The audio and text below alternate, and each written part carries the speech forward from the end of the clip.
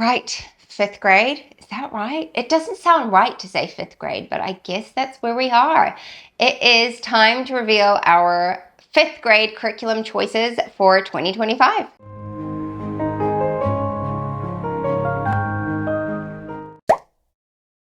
Hi, I'm Christine. I am a second generation homeschooling mom of 3. My kids are 9, he'll soon be 10, and 8 and 6. And we're going into our, I don't know, 5th or 6th year of homeschooling. It's hard to keep count at this point. And my son is just getting older, and it's kind of crazy how fast time goes. I feel like I just started preschool with him like yesterday, but here we are. He's just doing so well with everything. So I'm going to share with you what he's going to be doing this year. These are for his individual subjects. He will also be doing all of our group subjects, our family subjects with us, which is history, Bible, literature, enrichment studies, science, and nature study. I think I actually forgot to mention that in my group subjects video, but we're going to do some nature study as well. So yeah, I'm looking forward to doing all of that with him. But his individual subjects are where it's at the moment. So I did not share this last year, but he actually began his new curriculum at the end of last year because he finished The Good and the Beautiful Level 3 a little bit on the early side. So he had at least a full month before we even finished school for the year, and I didn't want him to have that massive of a break. So we started his new language arts curriculum, and that is BJU Press, grade 4.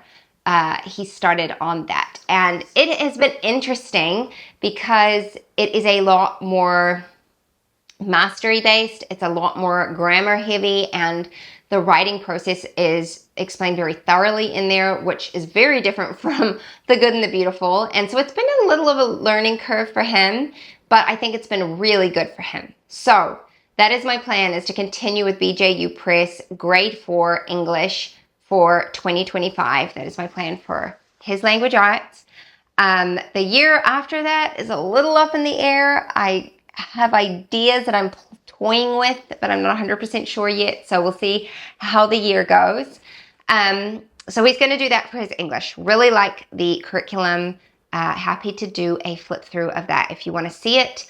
I have the teacher's guide for that, purely for the answer key, because you start getting to a point where it's nice to be able to just quickly look and see the answer instead of having to figure everything out by yourself, especially when you're teaching 3 kids because it's busy. So that is what I've got for that. He's also going to be doing BJU Press reading, and he's actually started on that already. And again, that's been a learning curve for him. He's a fast reader. He's not necessarily an analytical reader.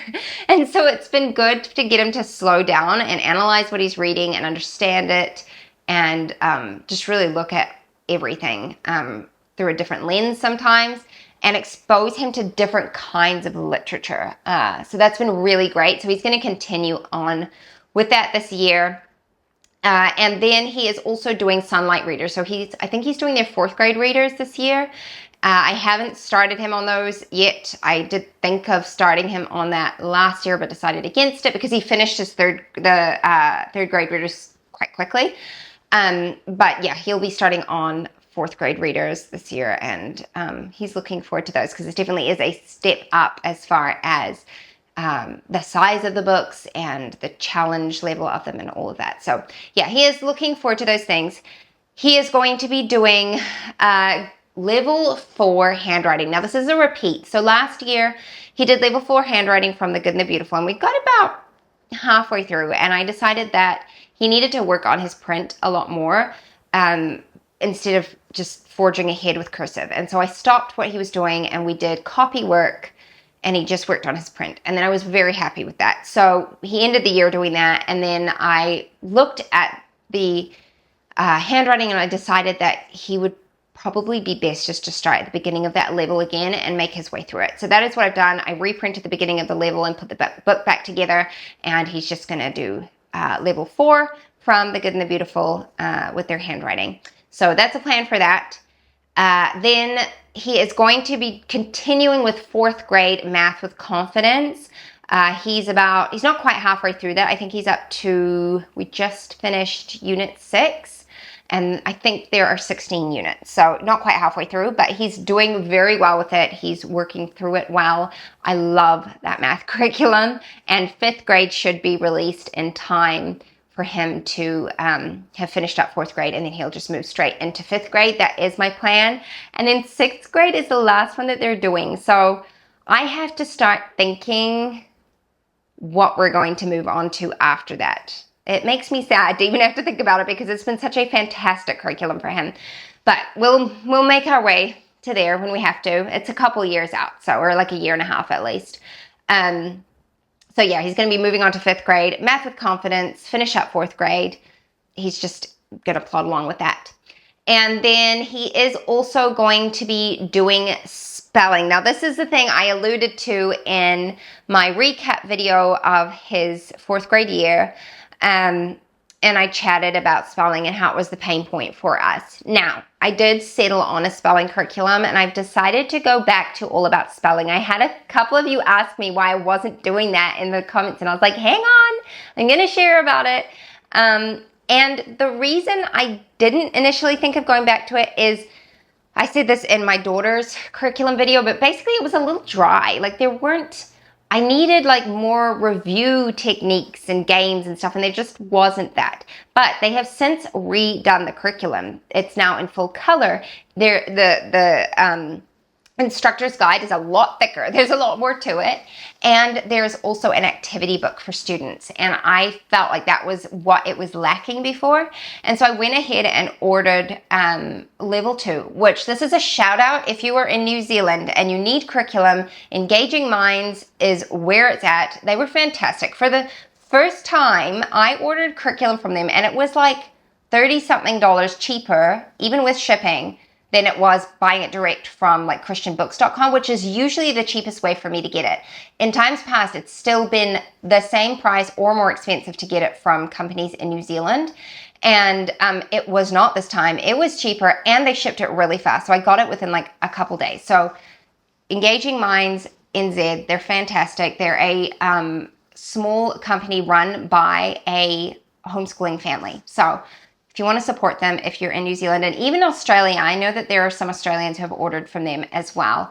I will try and remember to leave a link to their website down in the description because they are really fantastic. And they're really great. If you have any questions or whatever, you can just email them and they will answer. They're not going to like try and sell you on curriculum just to sell it. They will like really tell you if it's a good fit for your kid or not based on the information you provide. So yeah, that's something to keep in mind. But anyway, I ended up getting level 2. I got level 1 for my daughter, level 2 for my son, and we're going to work through that this year. We'll see how it goes teaching 2 kids, 2 different levels of all about spelling.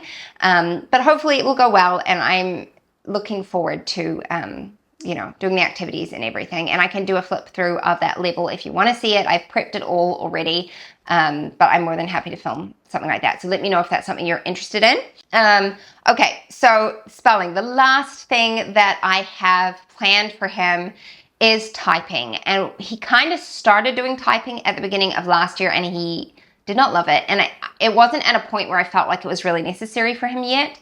But this year I do really want him to start on it because he will be doing more writing in the years to come. And I just think it's going to be a lot easier for him if he has the skill of typing so that he's not having to write everything by hand.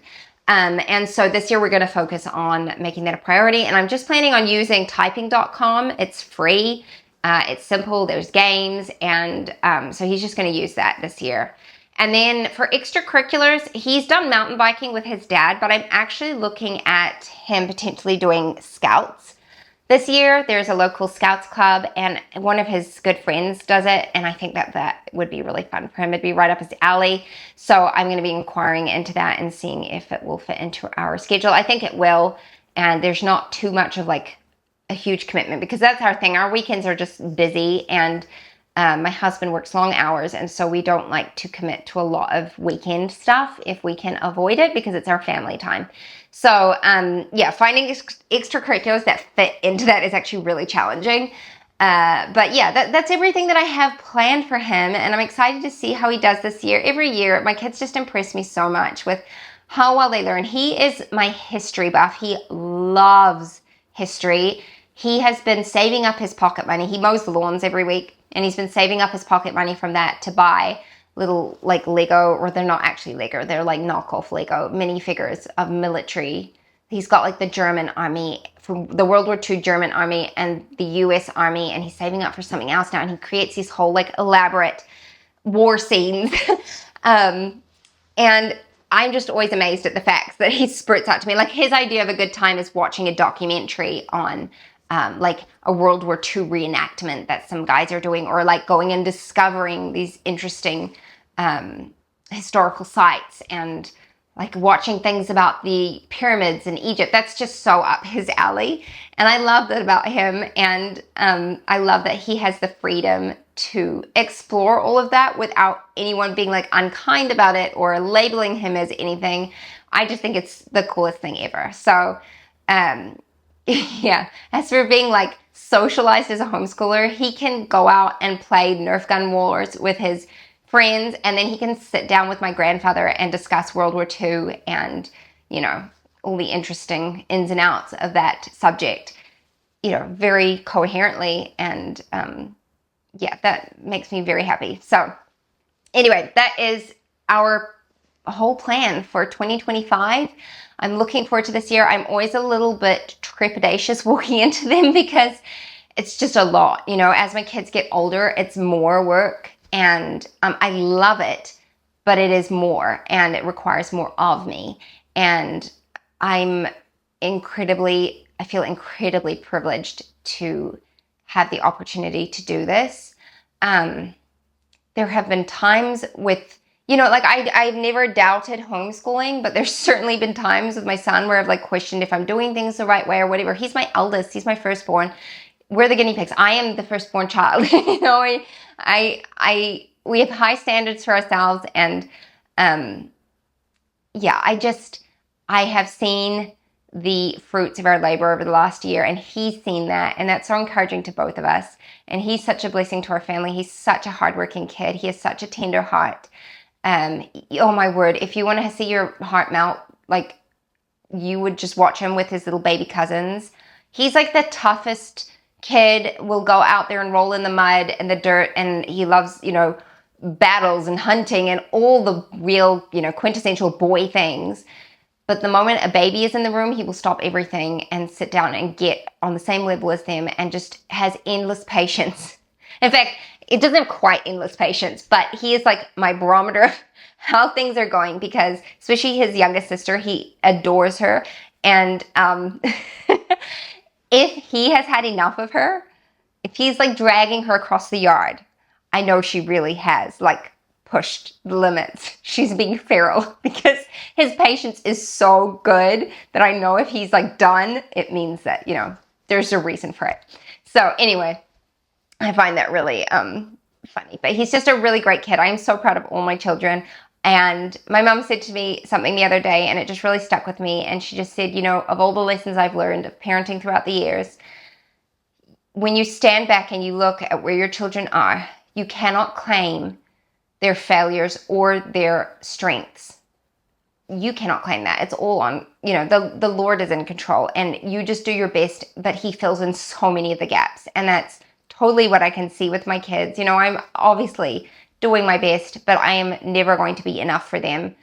And that's okay, because God is giving the increase, and that's such a blessing to me. So I just want to encourage you with that. As you're continuing your homeschool year, or if you're starting your homeschool year at the same time that I am, that it's okay if you're not enough, because God will fill in the gaps, and he does such an amazing job of it. And these little souls that we've been given to nurture and to teach, goodness me, what a privilege it is. What a huge, huge blessing. Oh, it just it gives me like tingles, because it's such an amazing thing that I get to do. So anyway, questions for me, leave them down in the comments below. Thank you so much for watching this, and I will see you next time. Bye-bye. What if the world had more of your smile? What if the wind could spread your love? What if your sweetness could reach everyone? There'd be no wars,